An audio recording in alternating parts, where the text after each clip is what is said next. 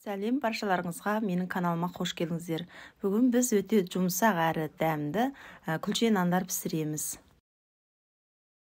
Біз енді осы ыдысымызға жылы сүтімізді құямыз, суымызды құямыз. Міндетті түрде жылы болу керек. Одан кейін бір қасық тұзымызды саламыз. Одан кейін қалауларыңызша қантымызды саламыз. Одан кейін су майымызды құямыз. Соны жақсылап араластырып алып, бір ас қасық дрожжымызды салып, електен өткізілген ұнымызды аздап салып, жақсылап араластырып илейміз.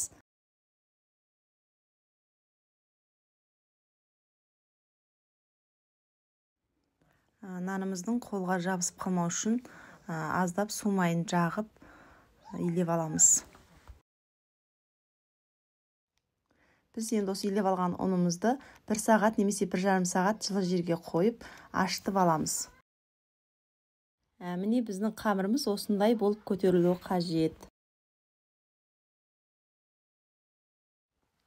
Біз енді көтерілген қамырымызды аздап ұн сеуіп, оларды бөліктерге бөліп аламыз. Мен висаның көмегіменен әр күлше нанды 100 граммнан бөліп алдым. Ал сіздер енді өздер қалауларыңызша мөлшермен бөлсеңіздер де болады. Біз енді осы бөліктерге бөліп алған қамырларымызды осылай томалақтап, арасын алыс қылып, ілесімізге салып аламыз. Міндетті түрде аралары алыс болу керек, өйткені көтерілген кезде бір-біріне жабысып қалмау үшін.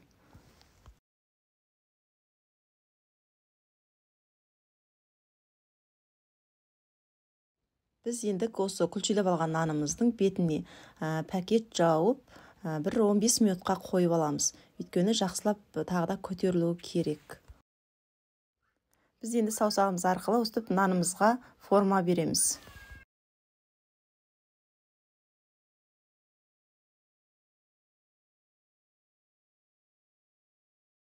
Біз нанымызды осындай формаға келтіріп алдық.